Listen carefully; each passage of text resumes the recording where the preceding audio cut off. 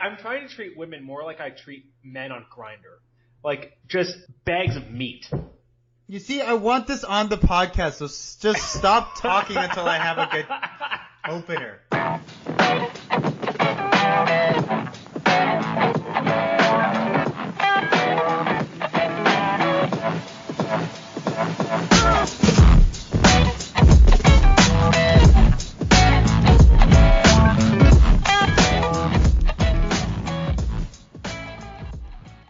Welcome to Unqualified Opinion, where good enough is setting the bar a little too high. How's it going, Scott? Yeah, I'm doing well. So before we started recording, you were telling me a great story about a date that you have after this. Can you back up a little bit? If this ever gets widely listened to, you know I'm never going to be able to run for. I'm not going to be able to get a job. Don't worry. If this gets really big, you'll have the podcast, and you'll be fine. Yeah, that's a really high income stream, right? You'll just have Split to between double two down. people. You have to double down, man. Yeah, no. I'm giving this as much as I've got. It's just not a lot. Every Sunday, that's a lot of hours. That's more hours than I spend on work. For God's sake. Try then adding all the time editing the podcast on top of that. Steve has no life because he has a girlfriend. So he has all the time in the world. There was this one night where the two of us went and met up with a couple of their friends. And then we were watching this movie, looked around and realized that it was the two of us there and then two married couples. We were like, fuck, is this our lives now? No, but we were going to talk about you and the date that you have coming up. Yes. So I've always been a very modest, kind of polite person in dating and not with guys. Well, not with men. It's different with men. It's different. I'm actually, by many standards, quite modest. I don't send a dick pic as the first message, which is... That implies that you do eventually send dick pics. Well, I do eventually, but when they are requested. When they're requested, not unsolicited. All right, don't worry. It's not going to be the podcast that prevents you from running for office. It will be the enormous number of dick pics you've sent to gay men. So... What? They never have my face in them. Unless I know them personally and know that they won't. I set these strict barriers for anonymity except when I know them a little bit. When I know them to a level where I trust them. Oh, boy. some degree. They're just normal people. Well, anyway, so, I saw, Tinder is like the straight version of Grindr, only way more like G-rated. And I decided to use it as such, and okay, this is embarrassing. So, I used to say I'm never, ever, ever gonna pay for any dating apps or dating websites. It's ridiculous. I'm attractive. I don't need to pay. If you pay, you're either desperate or ugly or both. So now that I'm making a lot more money than I did when I had that first thought, sometimes on Tinder you can do this thing where you pay and you can just automatically match with everyone who likes you. So you don't waste any time waiting to find people. You just as soon as they match with you, you can match with them. It's a great time saver. I'll say it's more of a time saver than anything. It is a big time saver, and I'm willing to pay for that. How much? It's I don't know. It's $20 a month, but I only do it on a monthly basis. Ooh. So I pay for it on 1 month, and then you have it for the whole month. As far as apps go, that's quite expensive. It is. I mean, it's more expensive than Spotify. You get a lot of value out of it, right? Is it twice as useful as Spotify, though? Yeah. I don't know. Questionable. Well, continue. Spotify is about accessing music. Tinder is about accessing pussy. You cannot equate those two. Maybe you can. But I have open access to pussy at any time I want Yeah, it. So. you do. See, yeah, no. You're coming from a different perspective. You do it for 1 month, you get like 200 matches of attractive women. And then I can't believe I'm saying this out loud. And then you spam them all the exact same message. Perfect.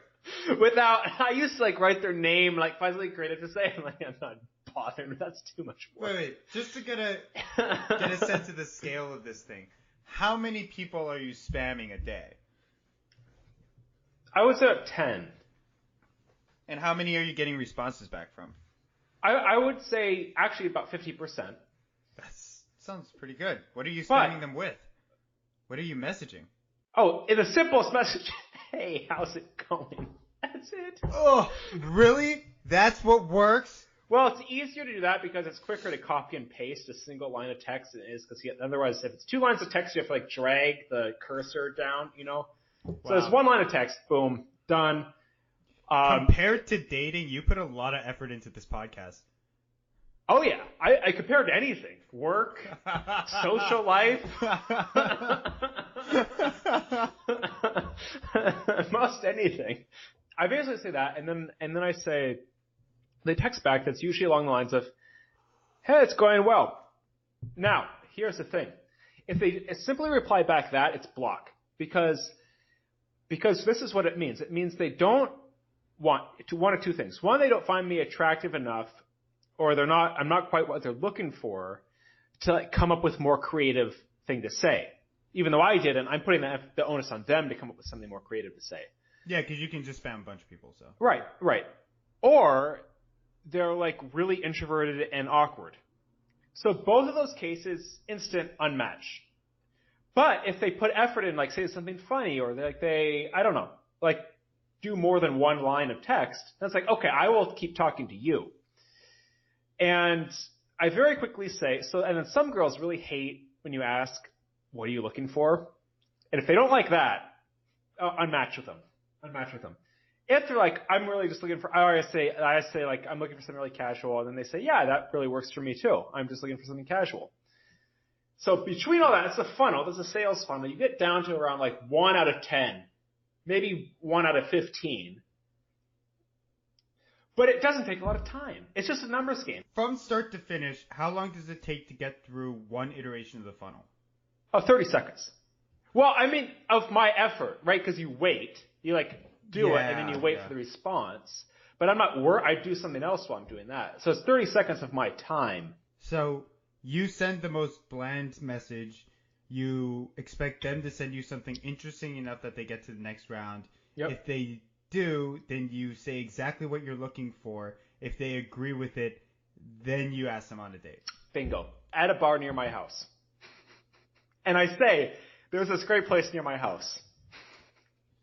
This is a really good idea, actually. I'm 100% in agreement with this. This is a great idea. No, it's great because you put in the least amount of effort so that you could quickly meet people on a very casual basis and quickly weed out the people you don't want to hang out with. It's brilliant, actually. That's great. And then the ones you wind up with are they're funny. They have they're conversational. I know I've not met any of these 3 in person, but I have 3, and we're trying to find a date because they're busy people. Yeah. So this is the first one tonight, and there's this other one who's really hot. She was texting me photos of, she's going to Hawaii, and she's like, what do you think of this bikini? What do you think of this bikini? And I'm oh. We live in a very interesting era where women feel comfortable enough texting, of all people, you, pictures of them in bikinis. With when their they've face! never met you, with their face. I mean, how naive can you be? Most of them are 18. Honestly. I'm joking. Only one of them is Only under 18. One of them is Only one of them is under 18, guys. Don't call the cops. You have to be 18 or so you say to be on Tinder. I do have mine set at 21 and above because drinks, obviously. It is illegal to serve a minor alcohol, even if no one would ever find out. I'd rather be safe than sorry. No, it's not just that. It's if you go on a date with someone, you want to be able to go to a place that serves drinks. You want at least one, right? It's weird. This one girl did say she didn't drink. And I said, well, my refrigerator serves LaCroix. And she's like, okay, what time should I come over? And I'm like, Wow. okay, that's all right. Let's skip straight to the chase. I didn't realize. Who are all these incredibly unguarded women? Don't they realize how potentially dangerous it is to go to your apartment? I'm attractive. I have some shirtless pics, and I just, jump straight to the point, and they appreciate that. Fuck and the I have potential for danger. This guy's kind of hot with his shirt off. full sentences. The trick is full sentences. You have to use whatever the components of a sentence are, and you don't use a lot of emojis. You look serious and you look mature. That's actually the benefit is I'm older. I'm a little older. Mm-hmm. Getting close to 30. And I think, I mentioned my house. I always slip that in, and they're like, oh, he's established. He has, yeah. So anyway, I'm meeting her at 9:30, and we'll see how it goes. I don't know. I really don't like having sex after like 9. I get very tired. So we'll see how it goes. It may be a date, and then maybe we'll meet up later. Yeah, another day. You don't have to have sex with her. I don't have sex. Time. The thing is, I feel pressure because she wants to. You do what you want. If you don't want to, you don't have to. So. I'll just lay there, and you just sit on top, and I'll just take a little nap here. It never works like that. I know it doesn't. I know it doesn't. Plus, you don't want to give off that impression of not being good. Anyway, so that's that story. All right. So, you want to do drinks? Yeah. So I'm drinking. What is that book of drinks called? It's like a black book. I don't know. It's like some book that all bartenders go to. It's like the Bible for drinks. This drink is not in there. It is a concoction of things that I grabbed out of the cabinet. But it looked pretty legit. Can you hold it up? It looks brown. I forgot an orange. It looks like reddish to me. It is reddish. It is got a couple of glasses. It's in a whiskey glass. It looks nice. It looks like a nice fancy. I'm gonna guess it's something old-fashioned-y. So that's whiskey in it, because that's the only strong liquor I have in the house. And so actually this other girl said she really likes Aperol Spritz, which is Aperol, which is a liqueur, and other stuff. And Prosecco and other stuff. So I was like, okay, I'll buy some stuff to make Aperol Spritz for when you come over. So the ingredient is Aperol. Well, I only wanted like an Aperol this big, but the Aperol comes in things like this big for $25. So instead of the ones that fit in your pocket for the audience, like a liter size. It's a liter, like bigger than a wine bottle. Thing of Aperol. It's like $25-$30. There's only one kind. It's like Cointreau. It's it's from Italy. It's it is Aperol. There, you can't really have knockoffs of it. Mm-hmm. And it's I don't even know what flavor it is, but it's a reddish color. I'm looking at the flavor right now. It's a bitter aperitif made of gentian, no idea what that is, rhubarb, and cinchona. The only thing I understood there was rhubarb, so it's like a rhubarb liqueur. What does it taste like? Well, gentinia is like an herb, like a flower, and cinchona is another type of flower. So it's kind of like bitter flowers and then a rhubarb. So it's a bitter floral. So you put in that and you put in some whiskey? Then I put in whiskey, and then you put in a little bit of simple syrup, and then I put in sparkling water, club soda, sparkling water, same thing. And so it's kind of bubbly, effervescent. It's light. It's a bit like an old fashioned because I think it's bitter, so it tastes like bitters, but it's a little more floral. It's good. I could just chug this down in a second, but I'm trying to sip. Nice. Yeah. That sounds really good. It's really unfortunate how you're going to be completely trashed when you go on this date. Oh, it's better. I have a slightly higher libido when I'm a little buzzed. I mean, you can mention that you have to drink alone for talk to your friend in DC for a podcast that no one listens to. It's really sexy. I told her I have a standing phone call with my friend. That shows commitment, and it shows that I have friends and I'm not a murderer. Are you going to mention the podcast? I'm not mentioning the podcast right away. It could bring up all the questions I don't really want to answer. Like, what are your thoughts on immortality? What is it called? Oh, no.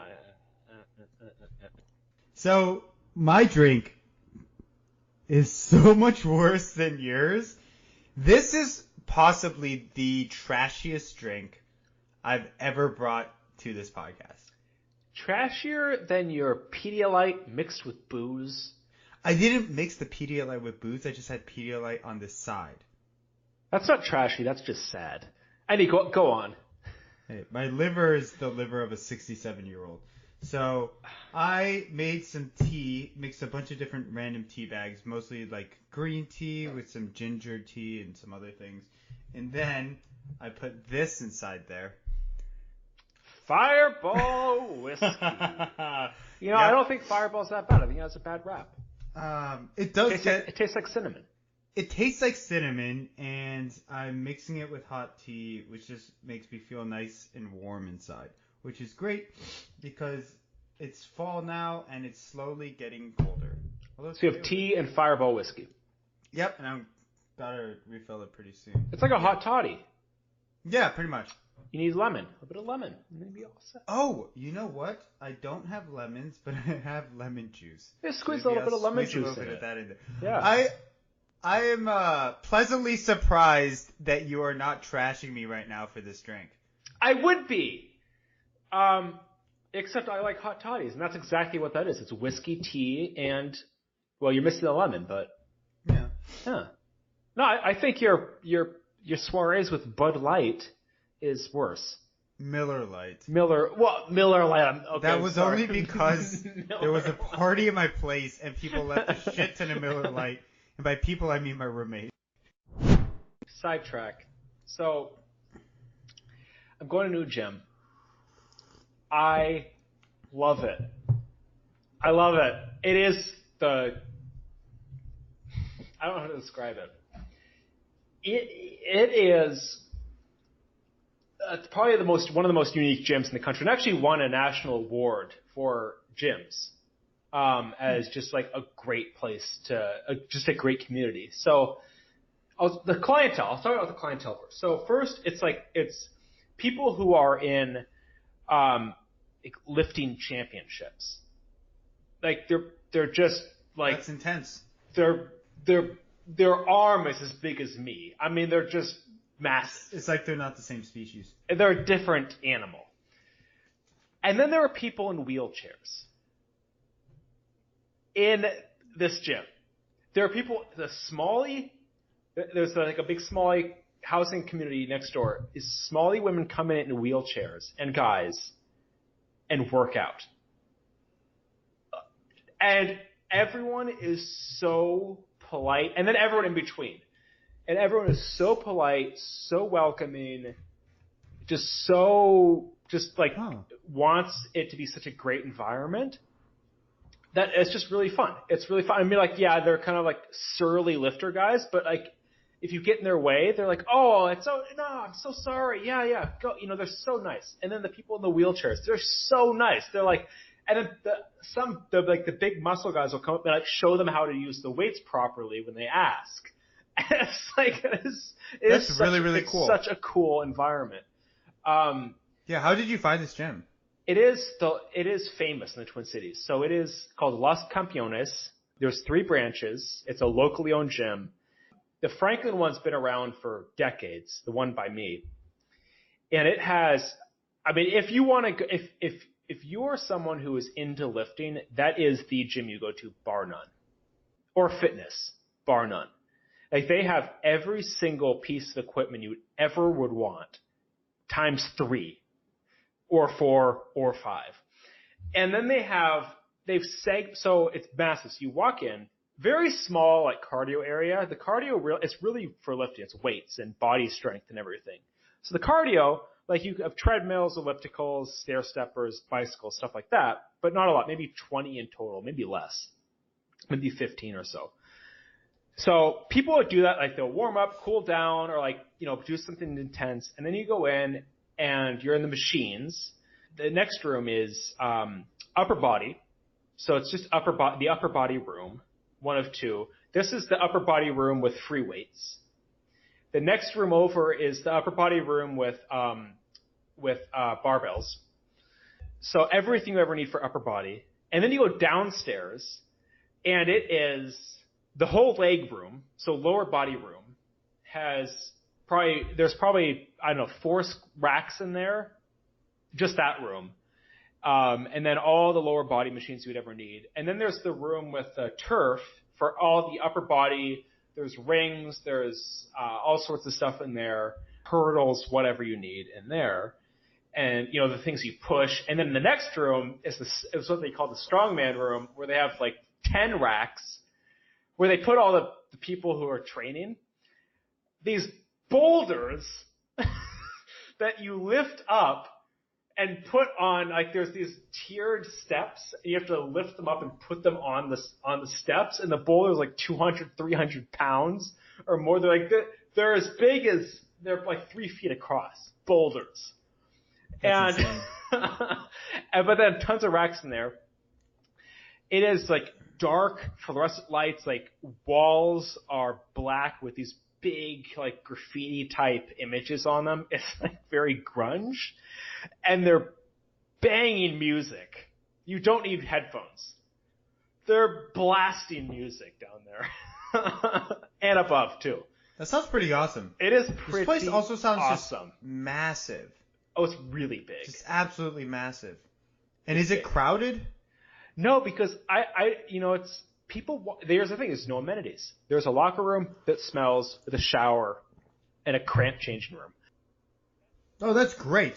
You're focusing your resources on all of the actual workout equipment. That's better. Yep. There are the people who work out because they like to work out and they like to improve their body and they see this as a consistent thing to do in their lives. And then there are the people who want to find a gym that can trick them into working out, right? Right. And those two clientele are very different, and some gyms cater toward one clientele and the other gyms cater toward the other clientele. And It's very clear when you have a gym that's focusing on all these ancillary amenities that they're focused on, okay, how do we make this experience feel all fluffy and lovely so that people will think that they can trick their bodies into coming into the gym, come here once or twice, sign up for a membership, and then eventually never come back here again. Yeah. Right. And so it's always best to find the kind of gym that's really kind of bare bones, but they're focused on, okay, how do we get the best equipment for the kind of people who are working out here? Yeah. Exactly. And that's this gym, to a T. And the eye candy there. It's there was this little Asian girl next to me today at a chest press. She was pressing more than me. She's like, really? Yes. And I was struggling. And she was just banging them out. She wasn't muscular, like unattractively so, but you could just tell she was in stunning shape. Like just absolutely. And that's just why I thought of you.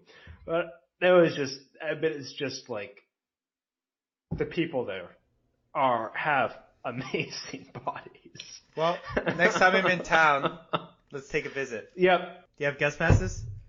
I don't know. I think I could probably just have you come in. They're pretty open. It's cheap too. It's like $300. It's like $400 for the year. That's really cheap. That's cheaper than my gym. Significantly cheaper than my gym. The tagline is why pay a fortune to look your best? That's the tagline. That's great. Another tagline is helping kids get their lunch money back in the year. That's pretty great. Yeah. So anyway, it's my new, and it is so it really makes you want to go because you go there and you're just inspired by the people who are working out and by the music and just like you go there and if you have a shitty workout, you feel. I mean, people don't judge you, but you're like, I need to push myself here, and that's just the vibe of the gym. So I've gone like every day. I just like going.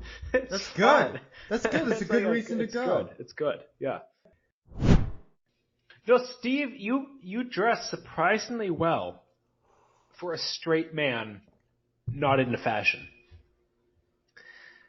In terms of color matching, you're good at the color. You only have about 2 repertoires. It's orange and blue. You do a lot of orange and bluish kind of things. You have an orange sweater or an orange pants. You do have. I did have that pair of orange pants. I don't wear those anymore because I got all these what Uniqlo calls easy pants, or like fake jeans, or like jeggings for men. I only wear those now, so I don't wear that orange pair. Oh, you wear a lot of blue, just blue. Lots of blue. Lots of blue. I think a lot of blue, but I've never seen anything clashing on you. Oh, thank you. Probably because it's just all blue. What I've done with my wardrobe is I've cut out most everything except for shades of blue and black. Not gray. And some gray. It's some gray. To spice it up sometimes. And then I just mix and match and make sure that I'm not wearing 2 shades of the same color and I'm good, right? Like it's just there you go. I guess that's what I'm thinking of. Fashion for straight men. Just shades of blue, black, and gray. And then occasionally put in a red. Reds and oranges are good colors. They can go with a lot of things. They can go with red. Not daily though. It's like once a week.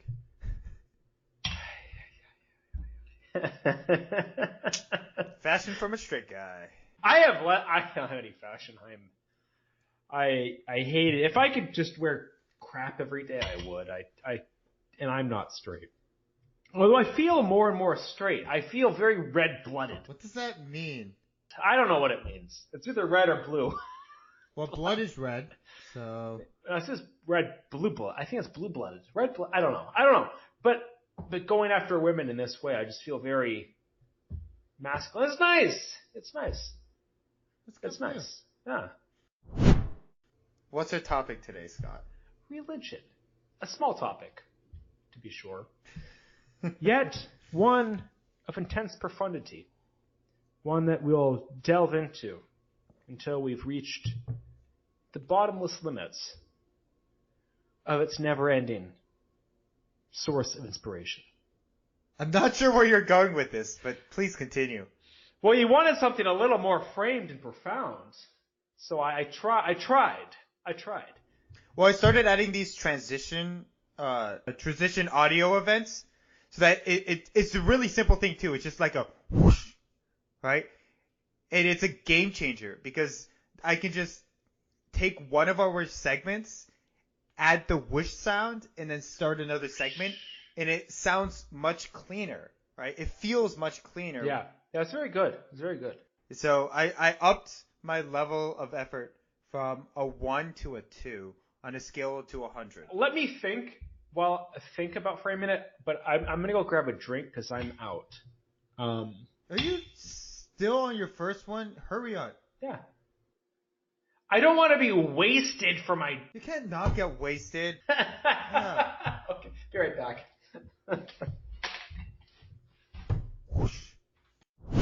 So we're going to talk about religion today, and Steve and I are not religious, but religion is such a driving force in most Americans, the majority of Americans' lives, the majority of the world's lives, that it's an interesting topic of discussion, especially when you consider all the political ramifications that throughout history that have been in the name of religion. So, Steve, could you start by describing just kind of your experience growing up with religion, because we're all exposed to it in some way or another? Yeah, I think that's a good place to start. So religion was not prevalent really at all in my family while I was growing up. My dad is vaguely Christian. I'm not even going to be able to tell you what denomination, even if it was Catholic or Protestant. That's how little I know about this, because his on his side of the family was Christian to some degree, and that's kind of whittled down over time to the point that my dad doesn't really strongly follow any kind of doctrine or any kind of religious practice. He doesn't go to church on Sunday, anything of that sort. And growing up, we definitely didn't. I remember when we used to live, I believe it was in Hawaii. We went over the summer to a Sunday school once, and I was in elementary school, and honestly, I listened to the stories. It sounded like mythology, and I thought it was really, really boring. That's really what I got out of it, and it just wasn't a particularly interesting experience. On my mom's side, my mom is similarly very vague in any kind of religious doctrine. I remember as we grew up in spending our time in Tokyo, we would occasionally go to various shrines or temples. Shintoism. So you have Shinto shrines and you have Buddhist temples. And to this day, I have a hard time distinguishing the two, which I shouldn't, right? And to this day, if you ask me, okay, so is your mom following Buddhist practices or Shinto practices? I would say probably a bit of both, depending on how she feels at the time. And so the degree of specificity and consistency, definitely not there. During New Year's, we would go to one of those, either a temple or a shrine. And you can tell the Shinto shrines because they have the torii gates, right? I don't know what those are. What is a torii gate? It's like a red gate that has these two base pieces of wood going up, and then like a slightly arched bow above it, and you walk through it to enter into the Shinto shrine. Okay. And the Buddhist temples don't have that. If anyone has ever watched like Mulan, I'm sure this is yeah, exactly. This. I just remember on New Year's going to either a shrine or a temple. It sounds terrible because I don't even know which one. And taking like 10 yen and throwing it into this box, ringing a bell, clapping 3 times, bowing, then praying.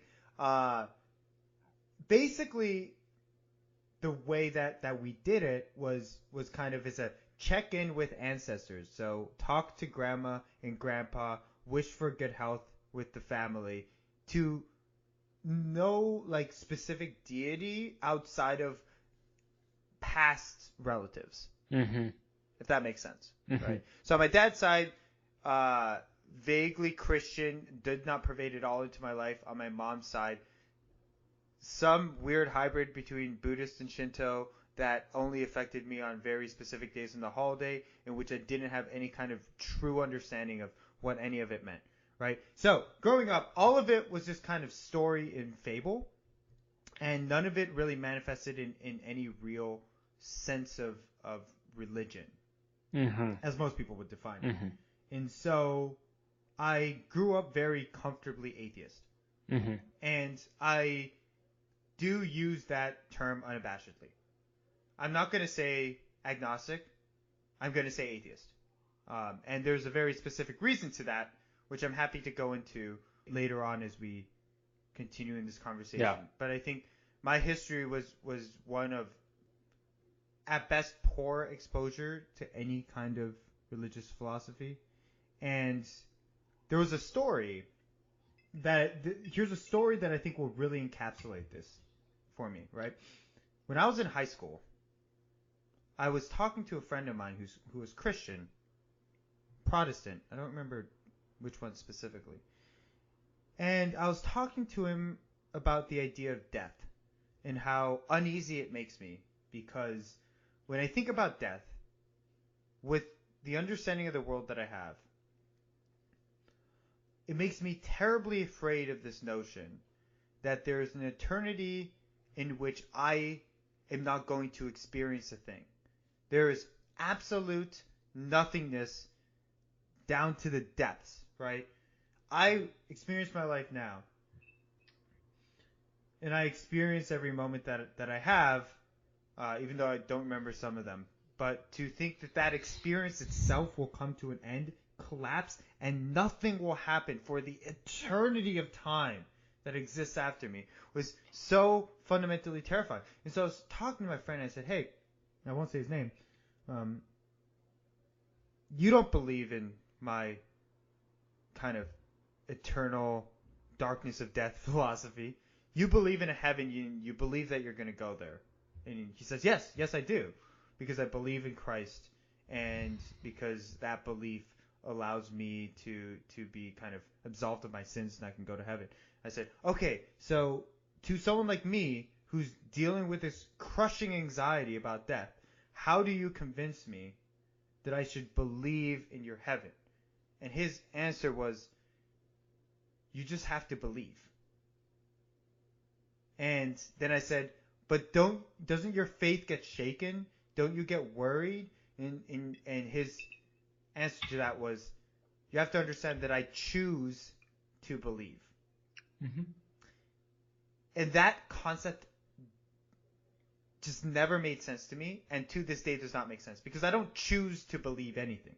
I believe something or I don't because of the information that I have in front of me that has pushed me to understand the situation one way or another. I think it's. I thought that I had a very similar experience, and I'll talk about my childhood in a second. But to Steve, where one of the most compelling reasons for me to believe in religion, to want to, in some cases, is this idea that nothing ever ends, and that it will go on for a loop. It's almost like it just goes around and around and around, and you're just out of it, and you just know it's going on without you forever. And what happens to you? I mean, what are you waiting for? You're waiting for nothing. You're waiting for everything, and nothing will ever happen again. And that's very scary. I don't like thinking about it. Sometimes I thought, well, I really wished I believed in religion. So as a kind of a mental blanket, it'd be really nice. And then I thought, well, heaven lasts forever too. I can't be happy forever.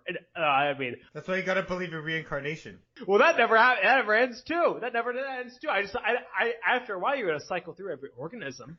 But you don't remember every experience. Oh, yeah. See, that's okay. That's okay. My mother wants to come back as a cow. That's how I knew.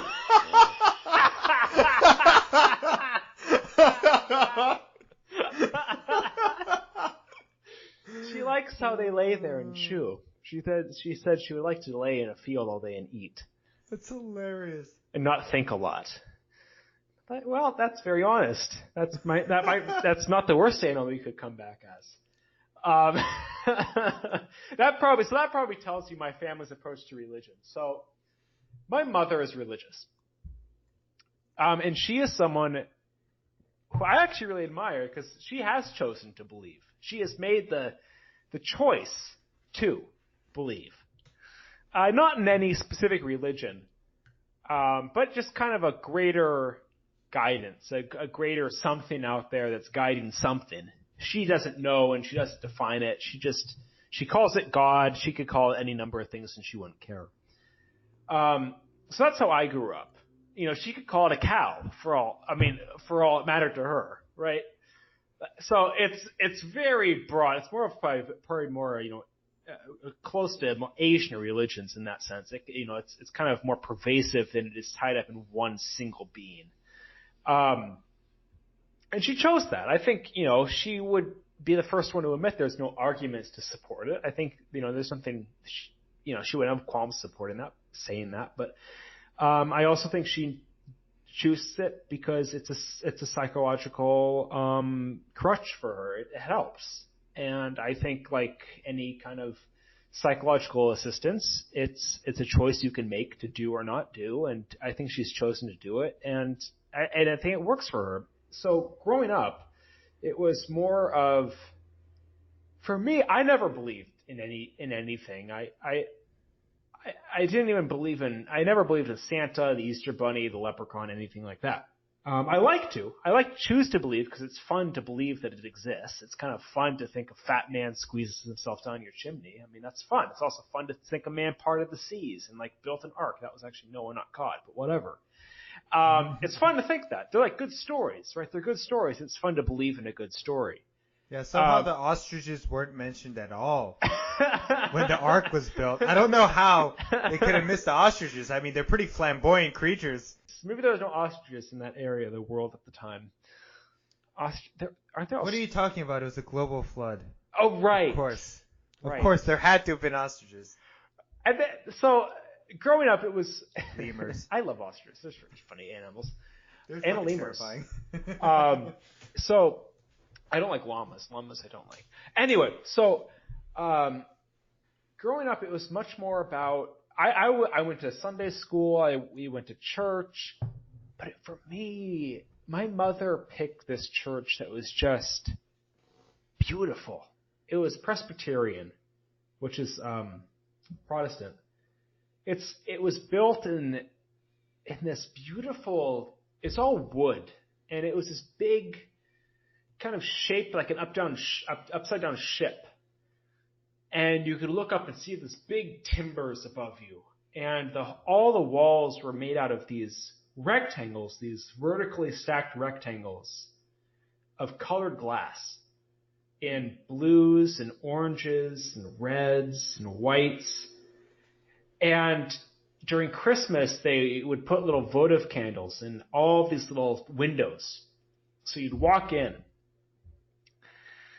and this beautiful building would just be lit up by candles and the colors of the stained glass coming in. And it was so, and then they'd sing these beautiful songs, and then you would go through like these ritualistic processes of going up and breaking the bread and eating the bread and drinking the wine. I had grape juice because I was a very little kid, but I think everyone had grape juice because they're on a budget. But but the bread was very good. They paid too much for the venue. I mean, it was, and just the music, and during Christmas, you'd go in, and the Advent wreath, which counts down the days until Jesus is born with 4 different candles, 3 purple, a pink, 3 purple signifying the wise men, the pink, the shepherd, the white candle signifying the day that Jesus is born, and they light each candle every week, every Sunday.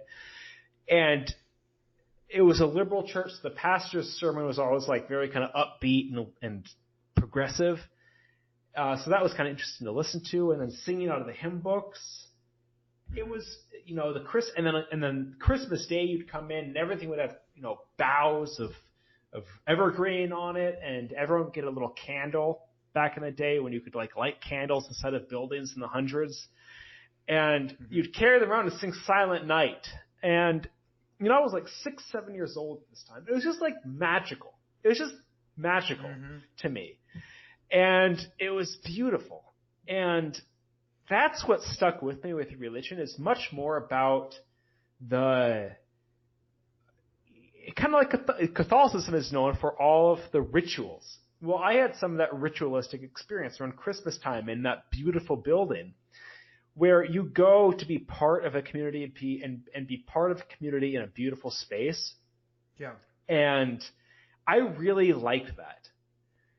It wasn't anything about the religion. It wasn't anything about God. It was just like a community in a space.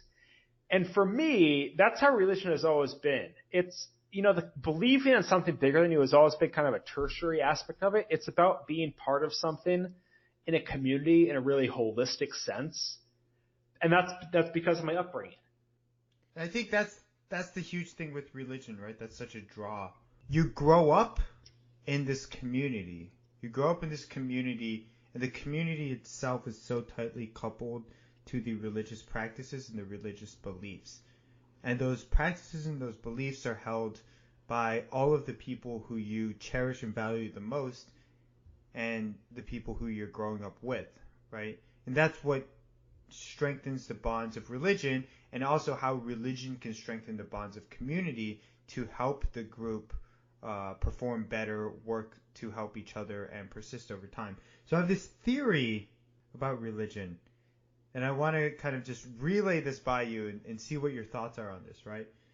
I almost feel like Western religion, at least specifically constraining to that for now, was a form of political organization that arrived in a time where current forms of political organization didn't exist, right?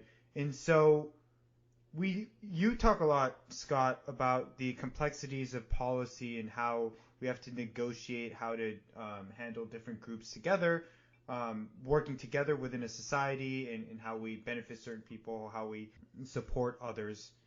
And I think that religion in an era before nationalism and national governments held that role in a much more dominant way than it does today, right?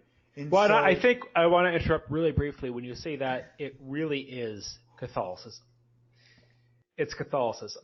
And so Catholicism wasn't just a set of beliefs around a certain book or around a certain prophet, but it was a form of political organization that helped many, many communities, vastly ranging in size, in culture, in economic prosperity, to be able to coordinate and organize themselves to reduce violence, to increase kind of communal support, to coordinate between communities and between disparate groups at a time where there wasn't the technological innovation, there wasn't the political and economic innovation to build the kinds of collective identities that a collection of nations could do, or that a global economy could do. And so when we talk about religion, at least, and you made a good point here,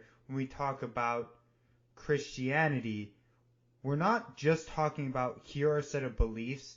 We believe that this man walked on water and turned water into wine and got staked to a cross, and therefore we should all try to avoid hell.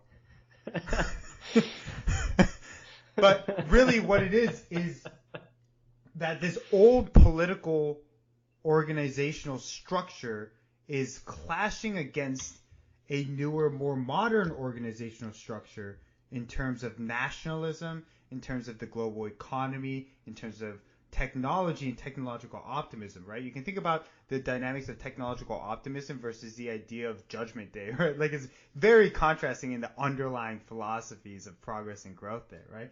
In that, over time, rather than the kind of domain of religion shrinking because of science, it's almost as if the domain of religion shrinks more drastically because of political reorganization.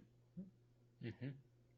There was not a lot of religion, or so much religion as we know it today, in Renaissance Florence, for example.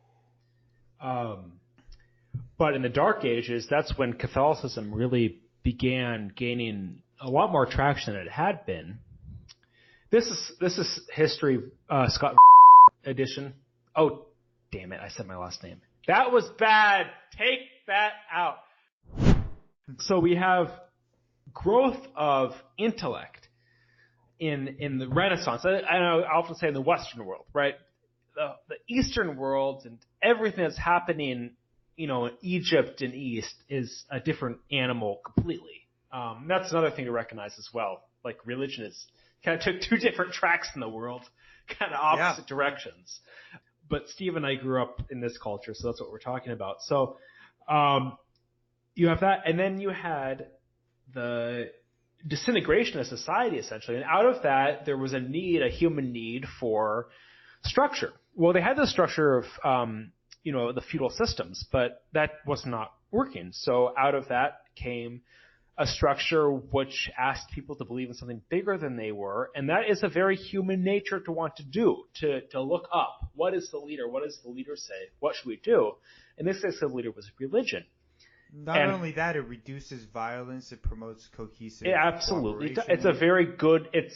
it's not only for religion, it's for any sense. It's for military combat, it's for politics, it's for domestic relationship, it's for everything.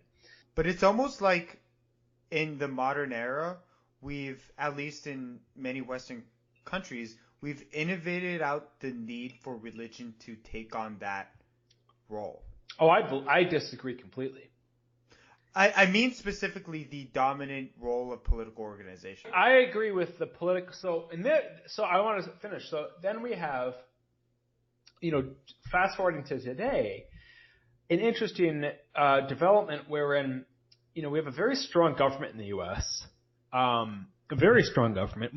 People say it's capitalist, but it's, there's some socialist elements there. It's a very, very strong government, and it's by all means, by all measures, it's a relatively effective government compared to other places in the world. And we have, at the same time, a population that is coming from so many different places in the world, so many different backgrounds, so many different geographic realities, that you start developing this type of religion that is less about structure and less about formality and less about leadership and running things, but much more about your own personal identity. Like this is so much of who I am that I can point to religion as a way of saying I believe in it. I don't believe religion is right, or that abortion is good because Jesus said abortion wasn't good. But me believing abortion isn't good defines who I am and defines my in-group. It's not that I believe in Jesus. It's that I believe that abortion is bad that defines my in-group. So we're getting this individualization of religion into these segments where everyone, a lot of Americans are still religious, but they are broken down far more than just different denominations of Protestantism. They're broken down on familial ties, and whether they believe it is global warming is happening, whether they believe abortion is good or not, whether they believe whatever. It's religion as identity politics. And the two have become conflated. And that is where I think religion is very scary, because you can point to something bigger when you can't argue with people who say, well, it's because that guy in that book over there said, in my interpretation, that this is the way it should be. You can't really argue with that.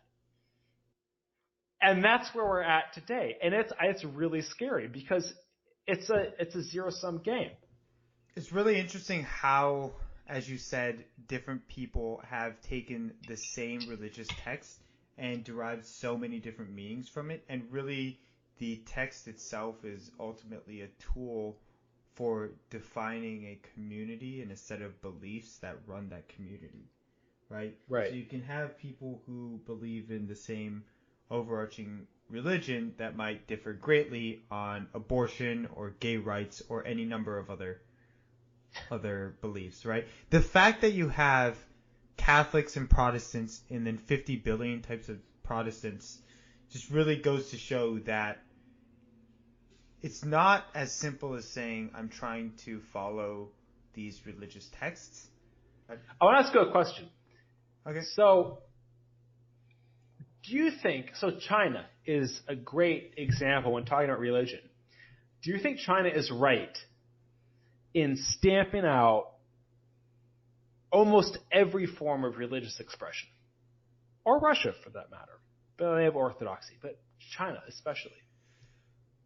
Do you believe that's do you believe in the theoretical realm, considering all the damage religion has done, that is positive or negative? Maybe not just associated with China, but just in general.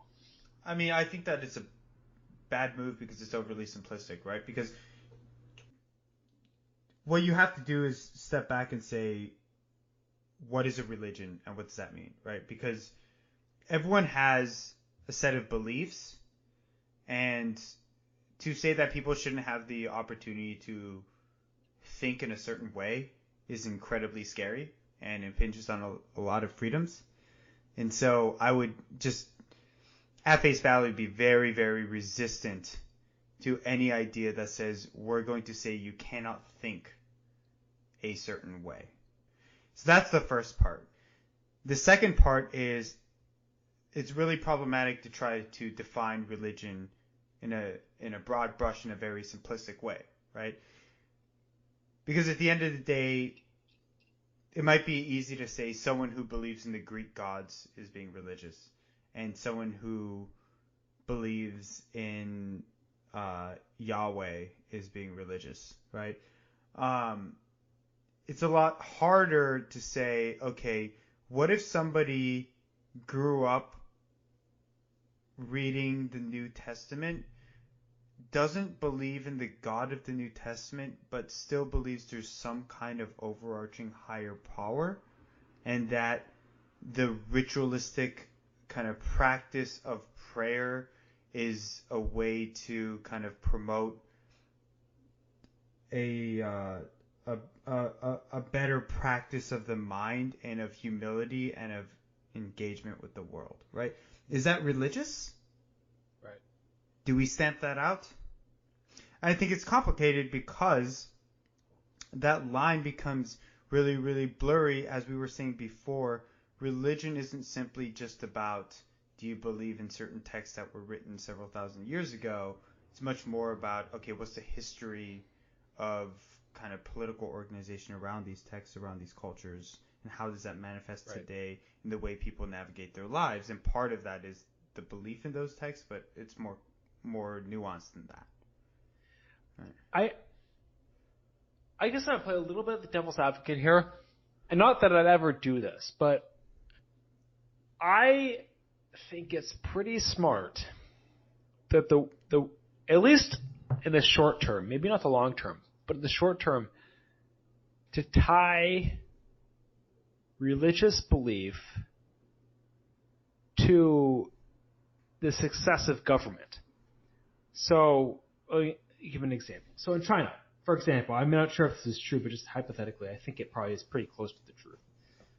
So China is, for many decades, has been succeeding wildly as in terms of a developing country, of a developing economy, leaps and bounds faster than many other developing economies in terms of GDP, in terms of quality of life in some cases, in terms of just general infrastructure, definitely.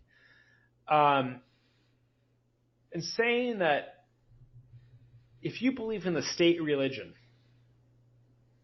the one we sanction, whatever that is, and maybe none, maybe being an atheist is the religion, because that is the religion. Not believing is believing and not believing. I disagree. We can have that debate later, but yeah. So, I would say actually believing and not believing is believing in the state. And that's what China wants, is to believe in the state. The state is much like we have, believe in capitalism, believe in the free market. That's a religion. Believe in it. It will do you right. Now, it's based on more facts. It's based on more facts, but it has been proven wrong probably more times than it's been proven right. And when you're in China's case, you say, don't think that way. Believe in the state. Believe that this is successful. And if you don't want to believe in that, believe in the God that is making this successful. And many very successful civilizations structure the religion in that way and restrict it in that way.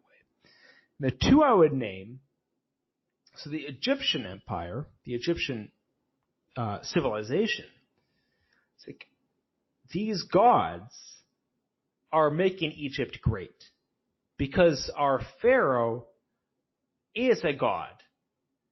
He's whatever, son of gods or whatever, however it's structured. And that, through that, is making our country great. So you need to believe in that in order for us to have a great country. Another one would be Italy, right? Believe in these, they idealized the Greeks. They idolized the Greek gods. They took them. They robbed them of those gods. They changed their names. Believe in those gods because those gods are making our emperors great. those gods are making our society run really well because those gods select really good administrators, that's not the word I'm sure they used, to run this country. Those civilizations, those empires lasted a long time, probably longer than America's going to last. And it's through the control of how people believe. It is controlling how people believe. It's controlling it through the visualization, through building amazing, massive temples that are still, World Heritage Sites today. But it's also controlling it through force, through killing people who don't believe the way you do. Building a society that moves in the same direction is scary. It's really scary. But if you gauge success by, certain metrics, how much land can you conquer? How long can you last as a civilization? How great of monuments can you build? Controlling religion and restricting what people believe is probably a pretty effective solution. I'm throwing that out there. Devil's advocate. History proves that your theory has teeth, right? Being able to control what people believe and give them an incentive to believe it, such as hell, right, is a very powerful tactic for controlling the population. I completely agree with you. Like you, I just find it very scary as an idea. It is scary. Because what you're talking about there isn't really religion in the individual sense. It's religion as a political tool. But that's what it's always been. Yeah. Always been. But that's what makes this current kind of paradigm shift so interesting, in which religion, so the notion of a separation between church and state is something that we take for granted here in the U.S. And the fact that we take that for granted is incredible, in my opinion, right? It's such a massive step forward, because what we're saying is we are not going to allow the state to dictate a series of beliefs on its citizens that they have no way of disproving and that they have to listen to, right? We're going to take, because it means a lot more than people give it credit for, right? Yeah, because religion used to be a level of pervasive dominance of the state into individual lives, in which you're saying this is how you have to believe. And by saying we're separating church and state, you're not just talking about the individual current notion of religion. You're talking about this tool for forcing people to think a certain way. We're going to try to separate that from kind of the previous political structure, right? It's huge. Anyway, I want to grab another drink, and then I want to go back to the whole atheism thing.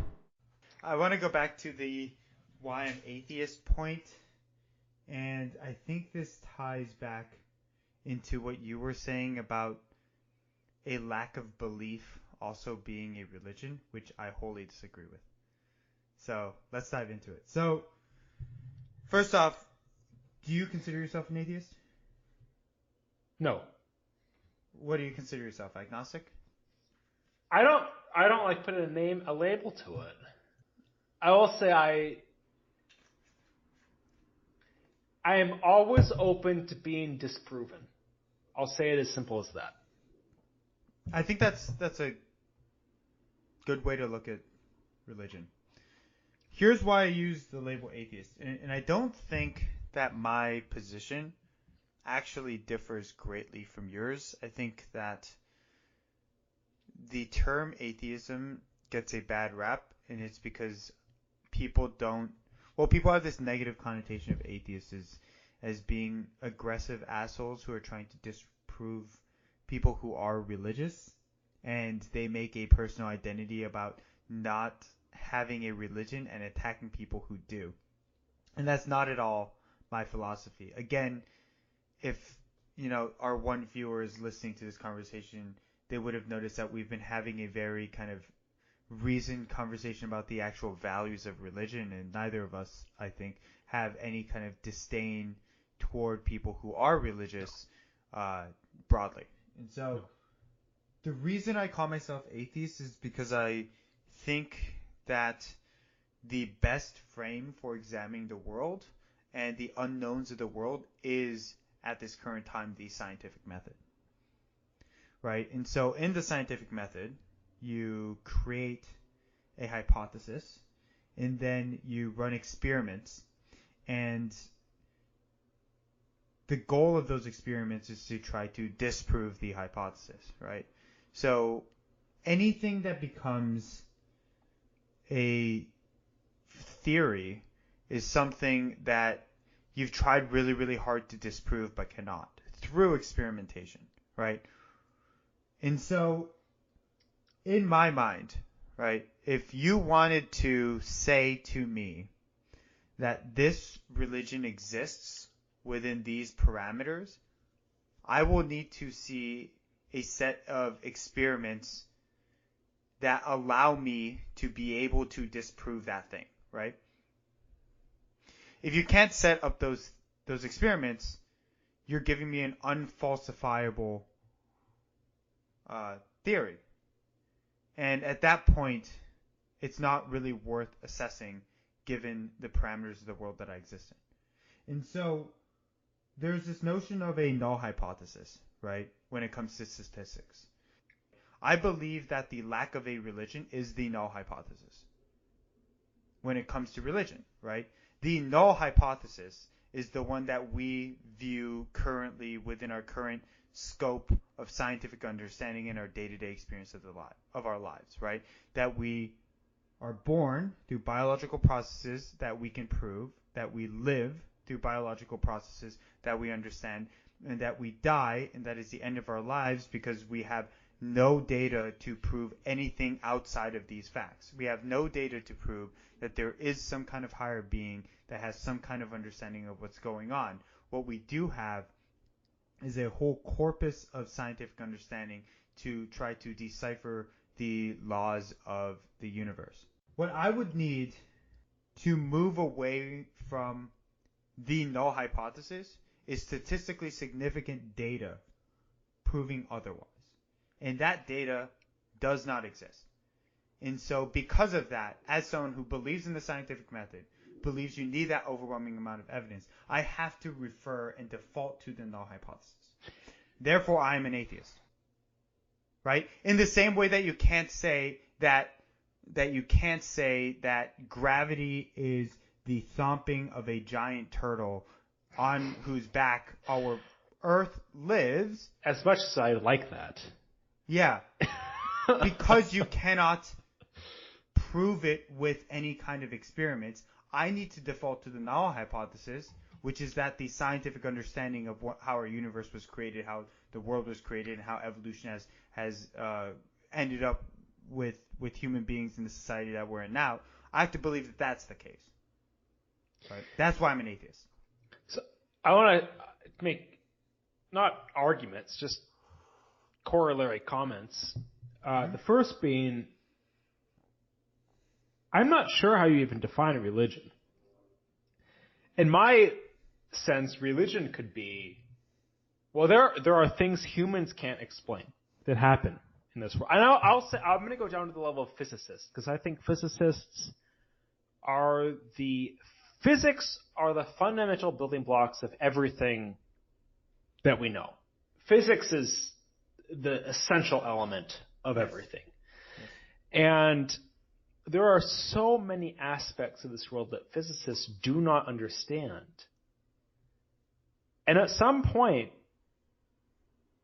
I believe we're going to get to a point where us or computers are not going to be able to comprehend what is happening to drive the next step. I don't think there's an end. I think there's a point in our reasoning and our research, either as humans or algorithms, where we'll reach a point where it's like, we don't know what's causing that. Well, yeah, I mean, it's the same thing as there's no way that a labradoodle will ever understand the intricacies of calculus. Like, there's an evolutionary limit to what a labradoodle can understand. Maybe it's the case that that's the way for human beings. I think it's the case for humans. I think it's the case for the things humans create, even if algorithms can learn by themselves. I think there probably is a limit. Can I just interject real quick and say that I recently heard an interesting counter to this, and it's the idea of Turing completeness. Do you know what Turing completeness is? Understanding everything about everything? No. I don't know. Turing completeness is the idea that a machine can accomplish a certain set of very complex tasks, right? And then if it can complete that universe of complex tasks, it is considered Turing complete, right? And so a Turing complete system can do any kind of complicated mathematical calculations, can build any software from that, and so on and so forth, right?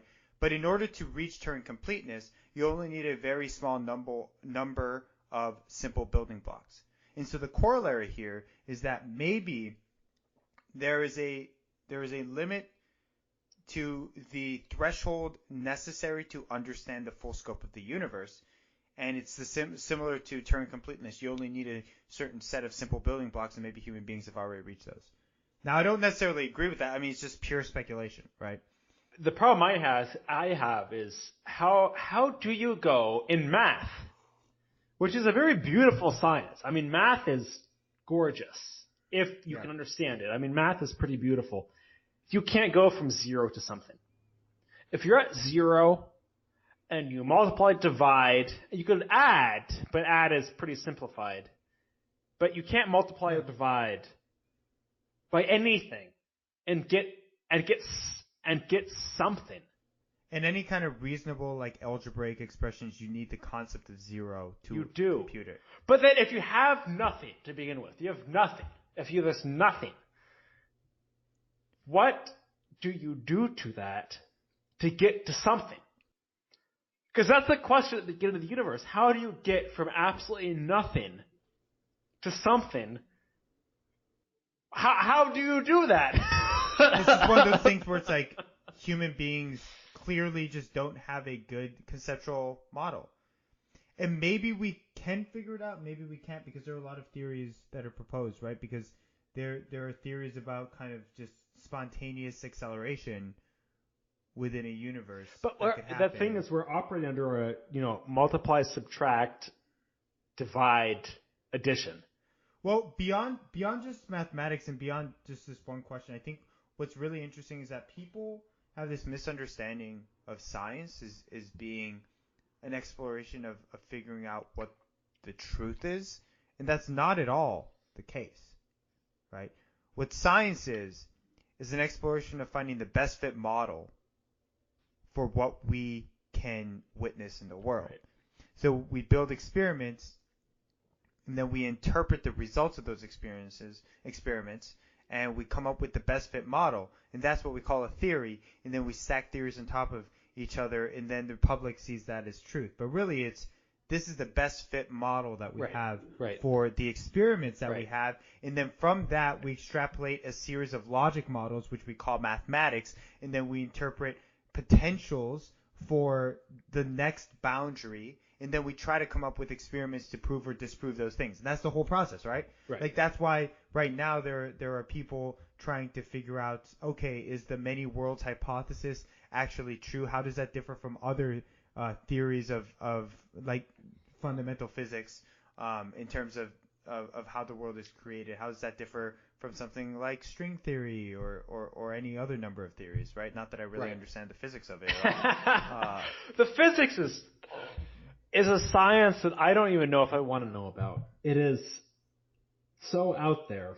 But anyway, so the second suggestion I wanted to make was, I think it is dangerous to not believe in something. I'm looking at a cover of the Atlantic magazine right now, and I see a picture of Jeff Bezos. He's on the recent cover of the Atlantic, which is a monthly periodical. And to not believe in anything is to be at the whim of other people who do believe in something. And so often that something is themselves. And I'm looking only at Jeff Bezos' nose because I have a magazine covering the rest of it, but I can see his nose, and I can see the curvature of his nose. It's pretty unmistakable as a Jeff Bezosian curve to the nose. It's definitely Jeff Bezos. That you're believing in what he believes, yet you're not questioning his assumptions. And I'm just using Jeff Bezos because I'm looking at him right now, but you could use anyone, right? I'm not sure what you're getting at, but it sounds to me like you're saying that the lack of a religious style or a faith-based belief may open the door to just kind of taking other people's beliefs. I see, and that's where my aspect of religion, I think, is a little different of yours, because my aspect of religion is the belief in something bigger than you. I think so many people believe in Amazon, or believe in Apple, or believe in a social media star. I can't name them because I don't look at social media. That is their truth. That what they say is their truth. And you could also believe in Donald Trump, to where what he says is the truth. And that's I guess my aspect of a religion is quite broad, and probably not actually a religion. It's more of, I don't know what you would call that, but you see something, you're like, what he says is the truth. What he says is right. And you go with it. That is the problem that I see without having your own compass. And I think that branches pretty closely into the world of morals. But morals and religion are very interconnected. So that's all I would say. I'm not arguing for religion or against it. I'm just saying, that's all I'm saying. So, I think that there is a distinction between certain faiths and other beliefs that are larger than an individual. And here's an example that I will give. When you're talking about someone who believes in, say, the Quran and in Islam, and is kind of fundamentalist about it, then there's really nothing that you can say. There are no facts that you can give to push them away from that belief, right? Same thing with someone who's incredibly religious and believes in the Christian Bible, and you try to tell them, okay, yeah, but there's no way that the world is 6,000 years old because there's all this scientific evidence about it, right? It's setting up someone to believe in a doctrine that's not disprovable, right? Whereas on the flip side, if you're looking at something like a capitalist policy, then those things might be difficult to disprove, but they are disprovable. You can get data and you can say, okay, so there's this certain policy where we want to completely privatize healthcare. We could look at an experiment where that was done in a certain county and see that, oh, this didn't work well at all. Or maybe we should reassess that, right? And so I think that there is a distinction there. But you brought up a very interesting point, and I really don't want to use interesting and this word in the same sentence, but that point is Donald Trump, right? Because Donald Trump kind of breaks that barrier a little bit, where it's almost like it doesn't matter how ridiculously absurd what he says is, or how undeniable the facts against the exact fact he's trying to purport is, that he will say something and a certain subset of the population will just believe it. And so capitalism to me doesn't feel like religion in the way that you're saying. But interestingly, Donald Trump does. I want to say something really quick. So now capitalism is interesting because the social sciences are interesting. Because you can say healthcare. You can say improve healthcare. What do you mean when you say improve? That is where everything lies. Because you can say, I improve access to. So an individual has access to more health care. I can say an individual receives better care. I could say an individual receives more affordable care. I could say an individual receives care that is more appropriate to his or her culture. When you say that capitalism is provable or disprovable, and it goes in this logic of the scientific method, is false. Because what we are saying is capitalism improves people's well-being. What is well-being? How it comes down to a definition. Now, I would argue that it does. It depends on your definition. It depends on your definition, and definitions are inherently personable. But the thing is this. Once you set up a definition, you can set up experiments to prove or disprove it, right? But if the definition in and of itself is not provable, then that's much more religious in my mind. Here's the thing. I mean, that is correct. But the thing is, people don't set up those definitions. But that's more of an implementation issue. Democrats and the Republicans say this is better or that's better, but they don't set up definitions. If it's the same thing with people who are religious, isn't it, in some ways, because they say my God is right and your God is not right, but they don't set up definitions to disprove or prove that. If you say capitalism or socialism is better, they don't set up equivalent tests to see which one is better. Or if they do, they'll pick very minute. I'm not arguing that it's a religion. I'm not doing that. I'm just saying the line, I think, is a little blurrier in terms of what is a religion and what is not a religion than it may be.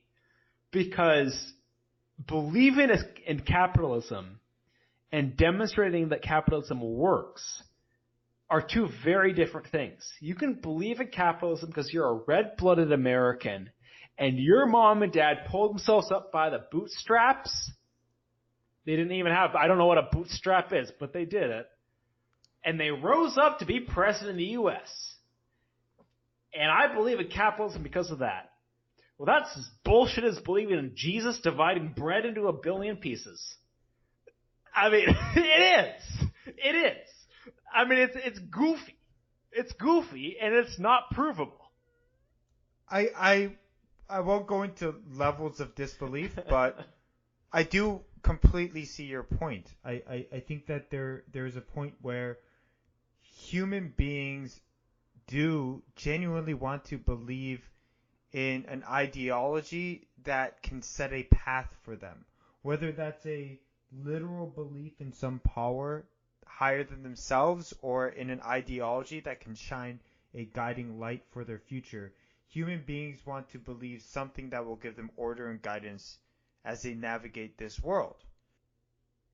I personally wouldn't go so far as to say that you can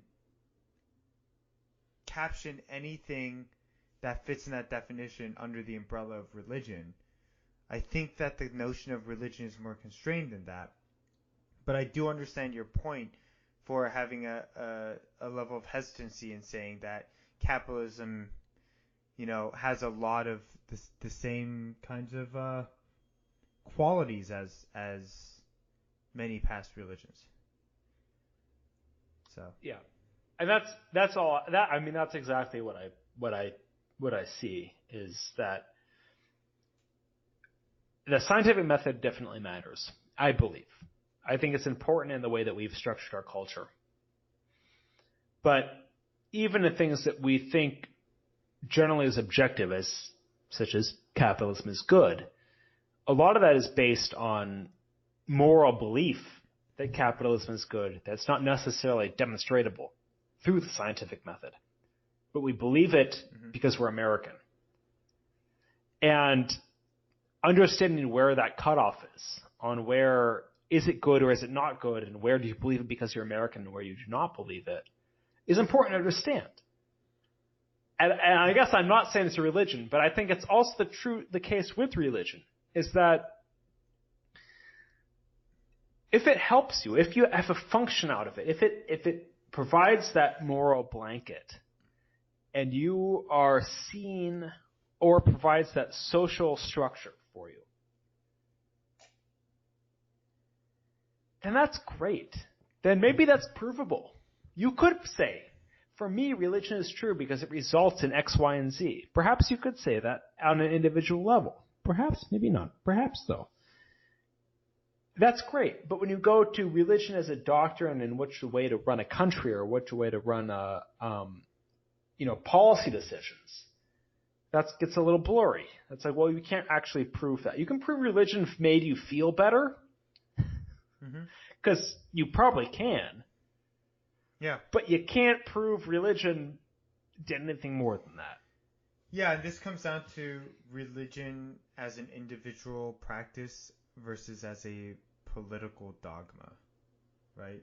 And so I think we're both in agreement that as an individual practice and as a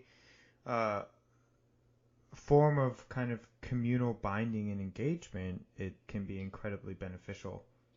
But keep that shit separate from the state. So it looks like you have 5 minutes left. I think that's a good ending. You know what I'm really happy about is that we didn't get into all of the bullshit about, like, here's why this specific religion is ridiculous or that specific religion, whatever. That stuff is incredibly boring in my mind. I think there's still a lot that we can talk about here. But I do like that we were talking at a much higher level than that. So. I'm very happy also this was not a religious bashing episode, because it wasn't. And I want to illustrate that case in point. So I travel a lot to Mexico, and I've traveled a lot throughout the world. Mexico is a very Catholic region, and I've also been to Morocco, which is a very Islamic area. And you see the individuals there, and generally on measures of happiness, they're actually happier than Americans. And you see how much of a role religion plays in their lives. In the call to prayer, in the Mass, in the almsgiving. And you really have to ask yourself, is religion fake? Because what I'm seeing is a whole society structured around it in both Mexico and Morocco that seems to be leading to very positive outcomes. And though maybe the concept of it is not true, that there's some greater God and whatnot, but the power it has to bring people together and to act positively towards one another, and also negatively, that's very true as well, but it also has a very positive power. I think it's very visceral. I think the U.S. is a very agnostic and atheist country in general. But if you go to other places in the world, you see how much power religion actually has in structuring how people interact with each other. And generally, it's better than how they interact with each other in the United States. And it's largely driven by their religious beliefs or some subset or derivation thereof. And I think that generally, as a whole, religion is a positive thing.